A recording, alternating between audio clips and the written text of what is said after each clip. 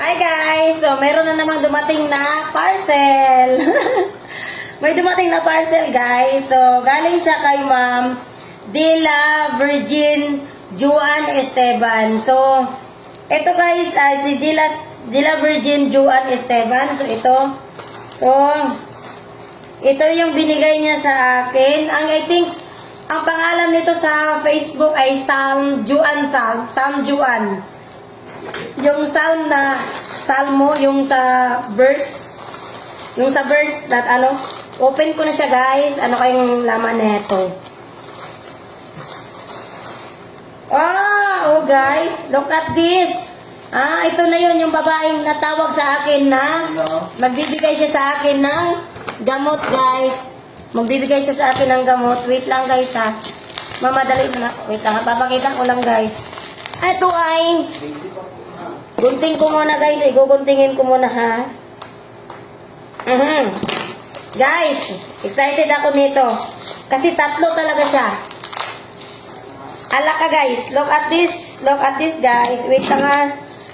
Meron na naman tayong, ito yung sabi niya sa akin guys, tumawag siya.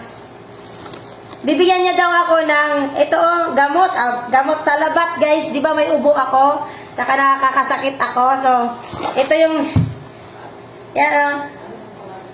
San Juan Rick 8-in-1 instant sa labat. Actually, hindi niya to guys hindi niya to benta. Hindi siya nagbebenta ng ganyan.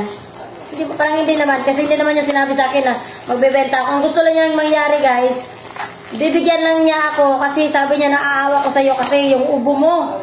Ganon. So, sabi niya magpapadala ako sa'yo. So, ganyan. Ito siya guys. Si Ma'am Salm guys ay isa siyang pulis. Pulis siya guys. Pulis. Siya ay pulis na babae. Okay. So, ito yung kanyang binigay. So, thank you so much dito madam. Kasi to guys. Sa labat. Luya to. So, okay to siya kasi kailangan ko siyang para sa aking boses. Kasi, my boses is voice, guys. Thank you so much. Hoy, thank you so much na ito, madam. Nakuha ko na. Yeah! Hey! Love you. Thank you so much, everybody. Milk and chocolate. Ito na po. Thank you, everyone.